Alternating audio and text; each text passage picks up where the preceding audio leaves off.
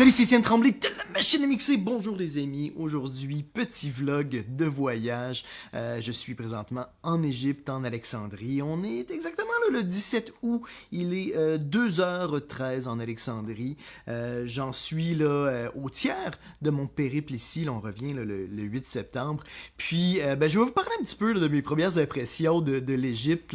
J'ai fait quelques images là, avec mon téléphone, mais malheureusement, je les ai captées là, en 4K et même en les convertissant. Là, mon système avec mon laptop, là, il y a de la misère à faire le montage. Bref, c'est un peu galère. Alors, je vais m'en tenir vraiment tout simplement un petit vlog parce que j'ai pas non plus tourné tant d'images que ça parce que je vous avoue, je suis un peu mal à l'aise de filmer comme ça les gens dans les rues. C'est pas vraiment mon truc. Par contre, si vous êtes abonné là, à mon Instagram, là, je mets souvent ou à ma page Facebook, là, je fais régulièrement là, des stories là, une fois de temps en temps là, avec quelques photos là, des endroits que je visite. Là.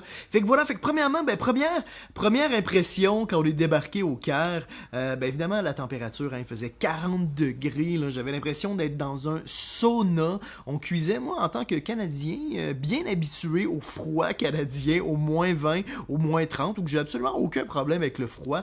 Le plus 40 degrés Celsius, c'était quand même assez brutal dans notre ride justement entre le Caire et l'Alexandrie. La voiture dans laquelle on était a manqué, l'air climatisé a lâché 2 fois durant le périple. On a dû s'arrêter au milieu de l'autoroute et à quelques reprises, je me disais que j'allais peut-être perdre connaissance parce que c'était vraiment intense, mais bon.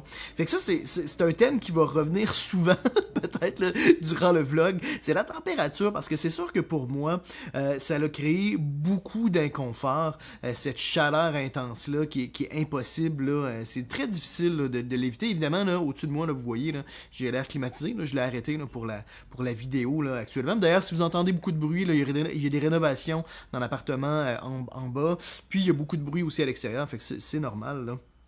Mais bon, bref, je peux quand même, là, évidemment, là, avoir accès à de l'air climatisé, fait que je suis pas tout le temps en train de cuire, mais lorsqu'on sort, lorsqu'on se promène, c'est sûr que je suis comme un cochon, parce que je suis pas habitué à des chaleurs comme ça.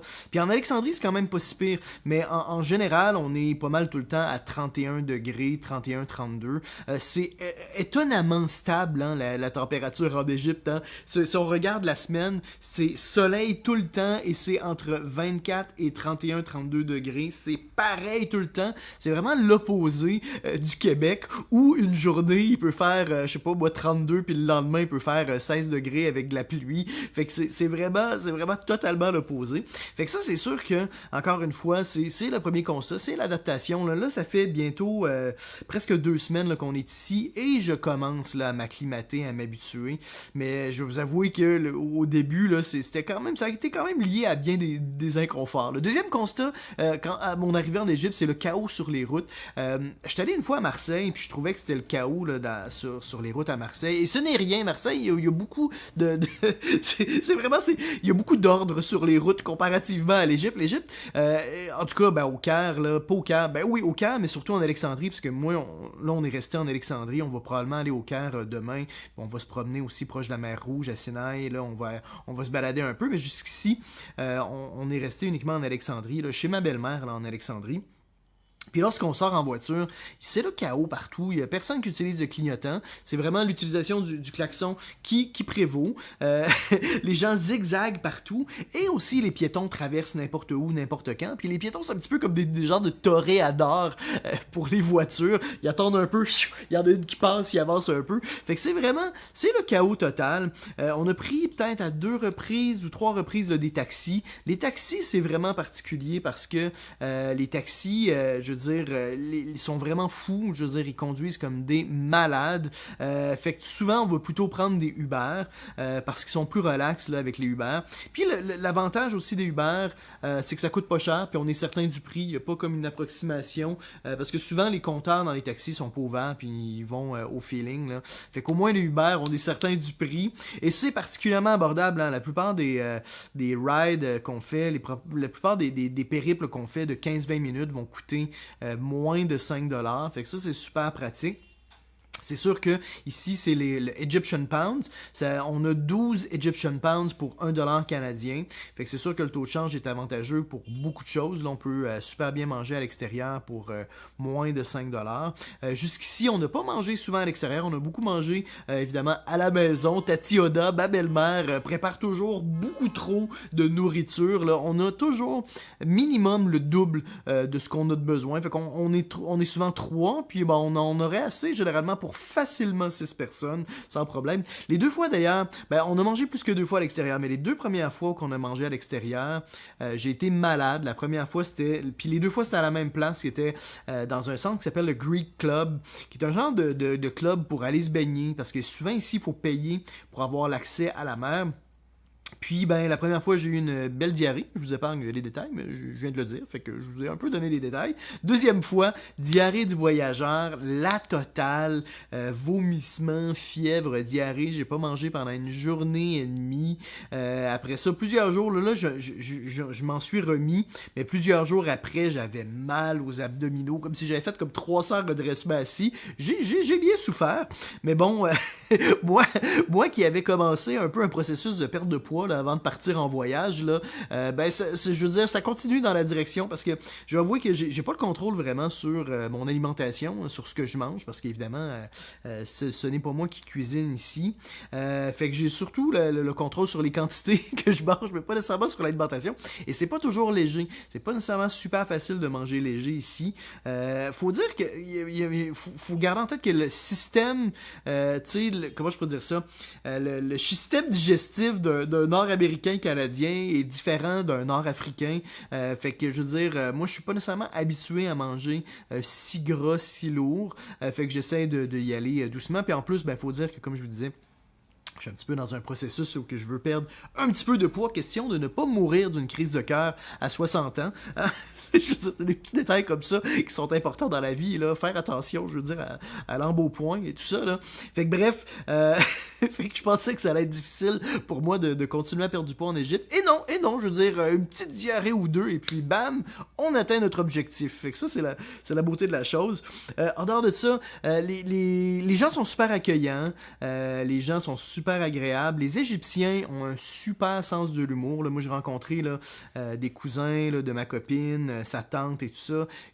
C'est des gens super agréables. Ils ont un excellent sens de l'humour. Puis je pense que c'est là que Canadiens et Égyptiens, on se rejoint. C'est que les Égyptiens, ils vont rire de tout. Ils ont un super bon sens de l'humour. Fait que c'est super agréable là, de discuter avec eux. Mon Égyptien n'est pas encore vraiment rendu très très bon.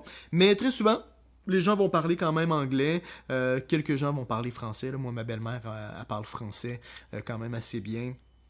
Parce qu'il y a quand même des écoles françaises en Égypte. Fait qu'il n'y a pas trop de barrières. Mais bon, faut quand même que je vais devoir continuer dans les prochains mois, dans les prochaines années, là, à travailler mon égyptien. Parce que c'est quand même important. Là. En dehors de ça...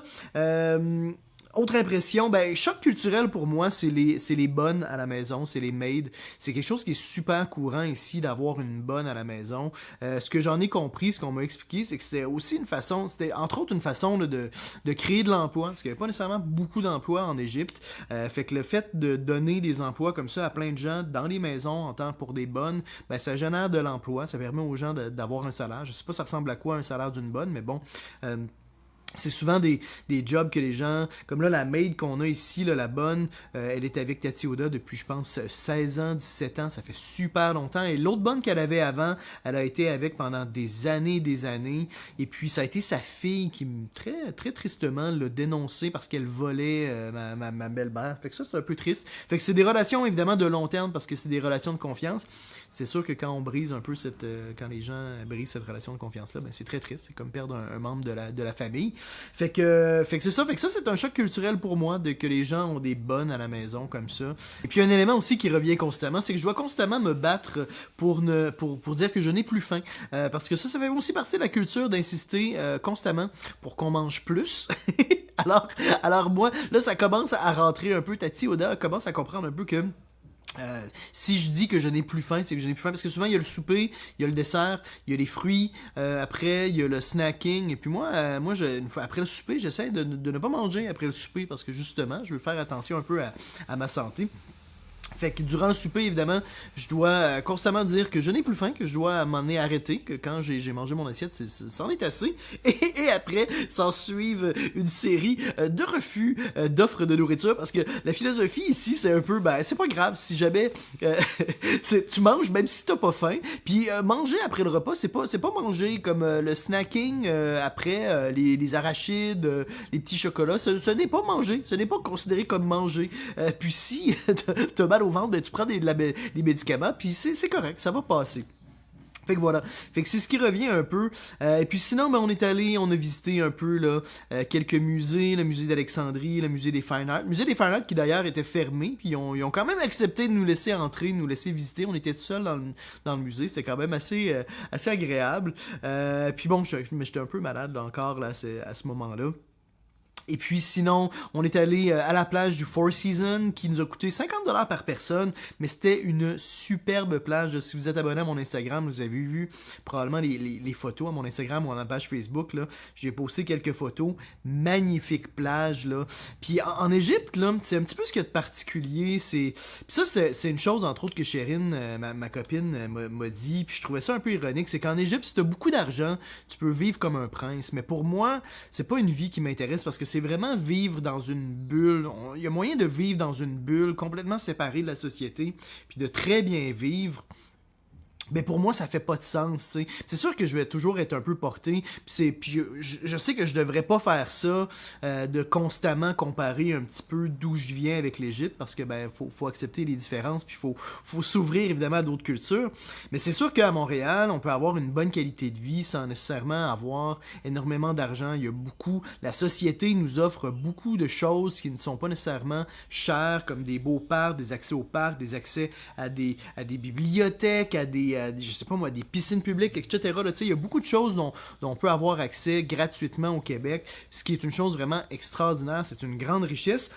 Ici, pour avoir de la qualité, puis pour ne pas aussi se faire harceler, parce que, ben, tu sais, ma copine, elle apporte pas le hijab, puis si on veut aller à la plage, puis ne pas être harcelé, ben, il faut aller dans des plages privées, où, généralement, justement, ça crée une barrière avec une certaine partie de la société. Fait que ça, c'est un petit peu particulier pour moi de voir ça, de voir qu'il faut vraiment payer pour se séparer, justement, de certaines classes de la société qui pourraient, justement, harceler ma copine parce qu'elle porte pas le hijab à la plage ou des choses comme ça. Fait que ça, c'est un petit peu particulier. C'est sûr que c'est un aspect que j'aime un petit peu moins. Puis là, ben, nous autres, on est ici. On a été uniquement en Alexandrie. On va probablement aller au Caire demain. Mais l'Alexandrie, il y a des gens partout tout le temps. C'est surpeuplé. Il y a du bruit tout le temps. Fait que c'est sûr qu'il y a beaucoup, pour moi qui est habitué de me promener calmement dans les rues, ici, il y a beaucoup d'agressions quand même sonores et de tous les genres, là. Fait que c'est un petit peu mouvementé. Je suis un petit peu mitigé quand même parce qu'encore une fois, j'aime beaucoup les gens, j'aime l'accueil, j'aime la nourriture, mais en même temps aussi, il y a beaucoup d'agressions extérieures pour moi qui est habitué à une vie assez calme. Fait que j'ai hâte de voir là, comment ça va se passer au Caire.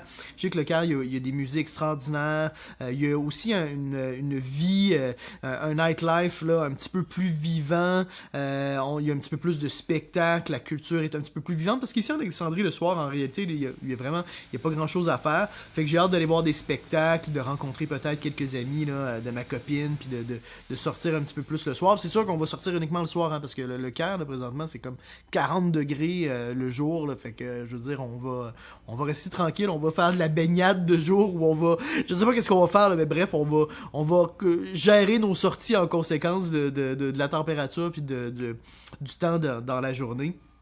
Fait que voilà, fait que j'ai hâte de voir un petit peu. Mais jusqu'ici, c'est sûr que je trouve ça un petit peu particulier quand même. Puis il y a beaucoup de pollution aussi, ça c'est particulier parce qu'encore une fois, c'est surpeuplé. Hein? Il y a des gens partout, non-stop. Il y a des voitures partout. La plupart des voitures, c'est des vieilles voitures. Tous les taxis, c'est des vieilles voitures au diesel. Fait que je veux dire, ça donne ce que ça donne. Là. Ça amène beaucoup de pollution dans l'air. Là. Fait que voilà. Mais sinon, encore une fois, voyage intéressant. Là, je commence là, à m'acclimater m'acclimater un petit peu à tout ça.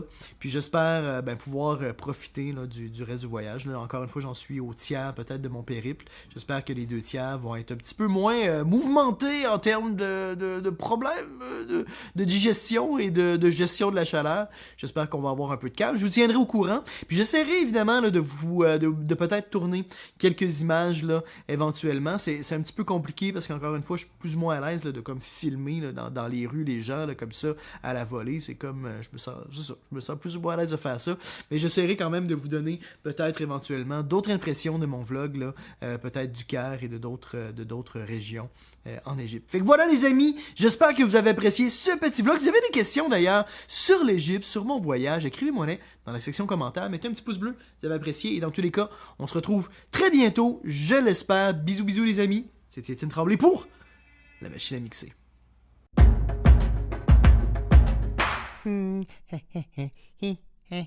Abonne-toi. N'aie pas peur. Allez, clique.